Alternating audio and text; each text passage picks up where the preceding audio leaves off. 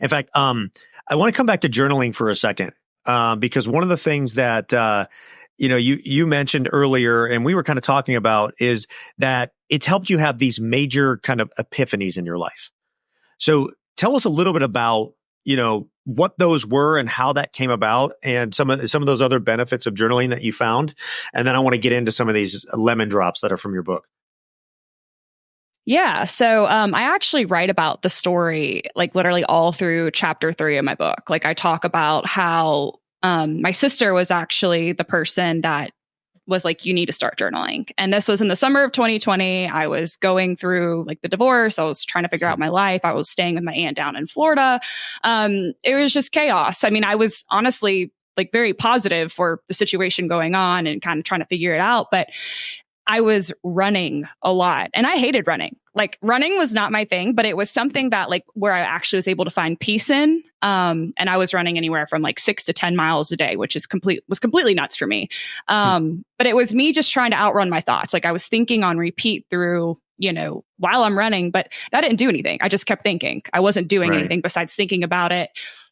And one day I finally gave in. She threw little hints at me. She's super smart. She's a double major in psychology and Spanish. And she was like practically a therapist for me through the whole thing. And finally decided to do it. And it was like the moment, like the weirdest sense of clarity that had ever happened. Like I just sat down one night after like staring at a journal for probably 2 hours and I just started writing. I mean, literally about 10 pages filled it up. And it was like the biggest weight off my shoulders ever. It was super interesting. And it was just me putting things down on paper that I was just living in my brain on repeat, and things that, personal, professional, just so many different thoughts. So it became a continuous practice. And I started to have like processing of epiphanies pretty much like, one, I needed to show up for myself before I could show up for others. I needed to start to build that relationship for myself, figure out who I was before I could ever be in a healthy, romantic relationship or even like just relationship in general. I needed to start really kind of identifying those things. And there were things I needed to clean up for myself and to be able to continue to build forward. And I just started to kind of unfold more through that as I continued to write.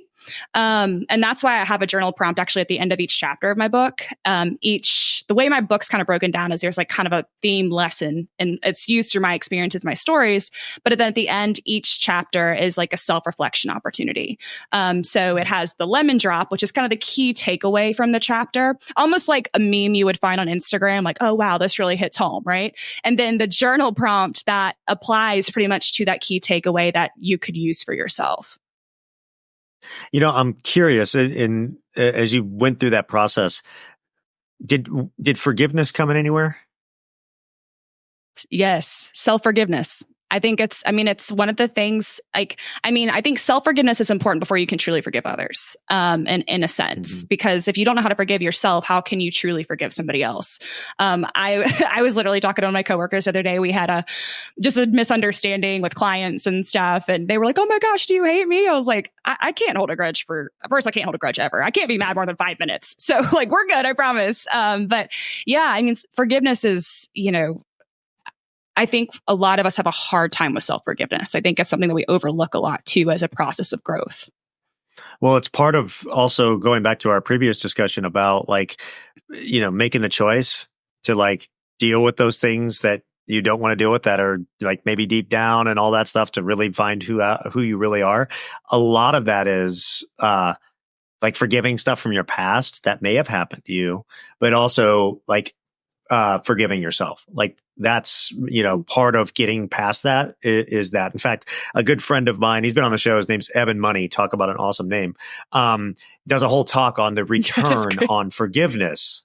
So his whole thing is on the return on forgiveness, because he went through some particularly really, really bad things as a child and everything, and carried that weight with him like an albatross around his neck for a better part of his life until he finally forgave everything, including himself, and everything clicked for him after that. Everything, like, he's global entrepreneur, he's, multi-millionaire and all that. But it didn't really click until he went through and, forgave all of that. So there is a return on that forgiveness. And I've always, I've always loved that, phrase from him.